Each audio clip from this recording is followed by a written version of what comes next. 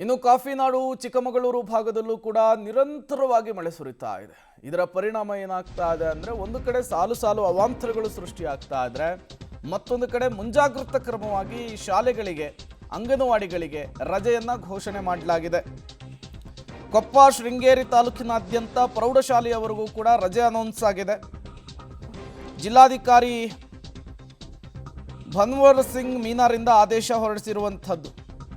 ಅಪಾಯದ ಮಟ್ಟವನ್ನು ಮೀರಿ ಹರಿತಾ ಇರುವಂಥದ್ದು ತುಂಗಾ ನದಿ. ಯಾರೂ ಕೂಡ ನದಿ ತೀರಕ್ಕೆ ತೆರಳಬೇಡಿ ಅಂಥೇಳಿ ಈಗಾಗಲೇ ಸೂಚನೆಯನ್ನು ಕೂಡ ಕೊಡಲಾಗಿದೆ. ಚಿಕ್ಕಮಗಳೂರಿನಲ್ಲಿ ಮಳೆ ಅಬ್ಬರ ಜೋರಾಗ್ತಾ ಇದೆ.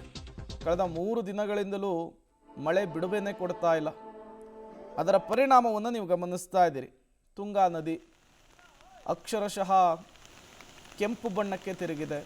ಕಾರಣ ಆ ಪ್ರಮಾಣದಲ್ಲಿ ಮಳೆ ಆಗ್ತಾ ಇದೆ. ಮಣ್ಣು ಮಿಶ್ರಿತ ನೀರು ನದಿಯನ್ನು ಸೇರ್ತಾ ಇದೆ. ಬಹುತೇಕ ಕಡೆಗಳಲ್ಲಿ ಸಂಪರ್ಕ ಕಡಿತವಾಗಿದೆ. ಸೇತುವೆಗಳೇ ಮುಳುಗಡೆಯಾಗಿದೆ. ಇನ್ನು ಚಿಕ್ಕಮಗಳೂರು ಮಲೆನಾಡು ಭಾಗದಲ್ಲಿ ಗುಡ್ಡಗಾಡುಗಳ ಪ್ರದೇಶ ಕೂಡ ಸಂಖ್ಯೆ ಜಾಸ್ತಿ ಇರುತ್ತೆ. ಗುಡ್ಡಗಾಡು ಪ್ರದೇಶಗಳಲ್ಲಿರೋರಿಗೆ ಎಚ್ಚರಿಕೆಯನ್ನು ಕೊಡಲಾಗಿದೆ. ಆಮೇಲೆ ತುಂಗಾ ನದಿ ಪಾತ್ರದ ಜನರಲ್ಲಿರುವಂತಹವರಿಗೂ ಕೂಡ ಎಚ್ಚರಿಕೆ ಕೊಡುವಂತಹ ಕೆಲಸವನ್ನು ಮಾಡಿರುವಂತಹದ್ದು ಜಿಲ್ಲಾಡಳಿತ.